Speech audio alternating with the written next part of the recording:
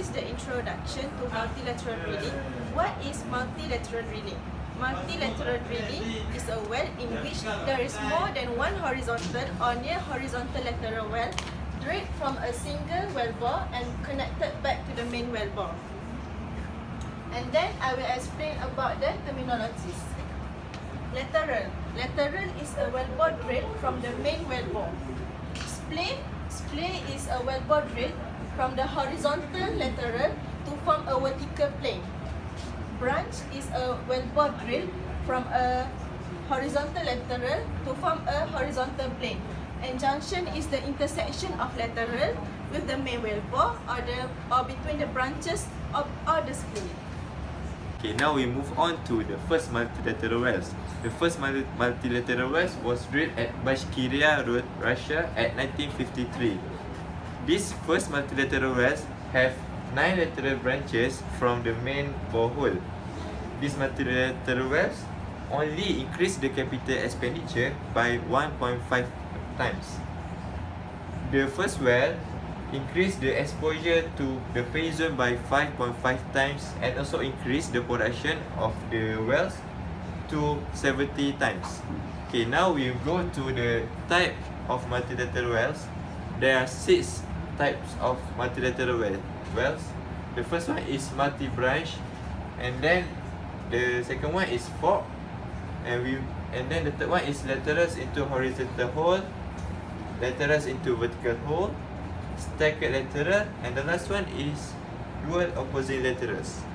There are 4 reasons why multilateral being increasingly used. The first one is a successful multilateral that replace several vertical wellbore can reduce overall drilling and completion costs. The next one is it increase the production. The third one, it provide more efficient drainage of a reservoir, and then the last one is it makes reservoir management more efficient and help to increase the recoverable reserve. But there are also risks when using the multilateral. The first one is borehole instability, the next one is tug pipe, the third one is problem with the overpressure zone to casing, cementing and branching problem. The fourth one is drilling and completion formation damage, and then the last one, problem with locating and staying in the productive zone while drilling. Okay, I'm going to talk about the problems that deter multilateral development. So first, we could say that it needs higher initial costs. Second, there is possible interference of lateral with each other. Next is cross-flow and difficulties with production locations. And then there is sensitivity and concern about reservoir heterogeneities. Last but not least, the problems in order that related to the multilateral development is prospect of complicated drilling completions and production technologies, slow and less what we can say is less efficient clean up and cumbersome wellbore management. But don't worry, there is advantages in multilateral development. So we can say it in aspect of technical. At first is it increased the wellbore exposure. Second is increase in connectivity to the reservoir in order to reduce water cooling, gas cooling, and sanding potential. And then it is more efficient exploitation of complex reservoir. In the aspect of economic, we can say there is no added cost for maintenance for main bore and surface equipment. Due to these surface equipment requirements, so there is smaller platform are needed. And last but not least, the most that we want is to increase in recoverable reserves. So I'll be explaining about the technology advancement of multilateral. So the objective of TAML is to promote the efficient development and utilization of multilateral within international petroleum industry through the dialogue, information and technology exchange. The company that joined TML is Schlumberger, Chevron, Shell and so on. And multilateral are referred to by level of complexity from level 1 to level 6. And there are 3 characteristics that is used to evaluate multilateral well. The first one is connectivity, the second one is isolation, and the third one is accessibility. Okay, level 1 is an open hole lateral from an open hole motherboard. It has no mechanical or hydraulic junction involved. It is carried out in a consolidated formation as a barefoot completion. The advantages of level 1 is that it is stable in strong formation and it is less complexity. The disadvantages, however, is that it is unable to shut off unwanted water and gas production. Okay, level 2 is when the main bore is cast and cemented and the lateral bore is open. The completion is economical and it allows selective production and it can be used in standard sizes of casing.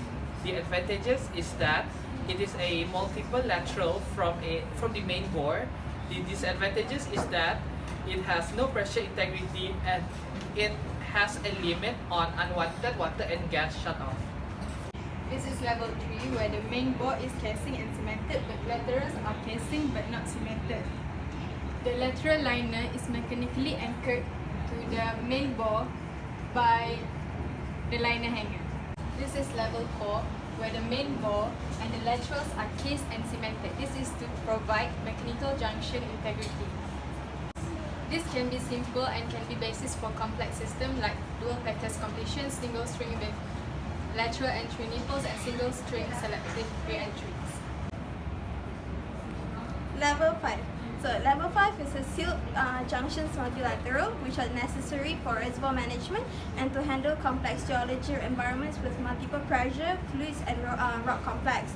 In these cases, pressure integrity is necessary to prevent junction collapse due to full throwdown, and full hydraulic and mechanical pressure integrity at junctions are achieved with completion.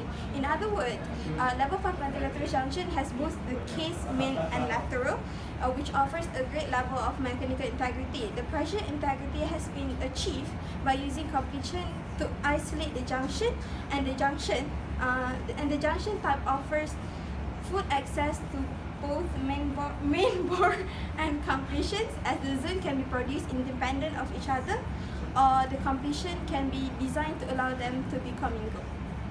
Next. Level 6. In level 6 multilateral system, both mechanical and pressure integrity are achieved by using the casing to seal the junction. Cementing the junction, as was done in level 4 before, is not acceptable as that level 6 uses a pre-manufactured junction. In one type of the system, the junction is reformed downhole. However, level 6 junction as of today are not considered to be viable due to the significant loss of internal diameter and complexity of installation.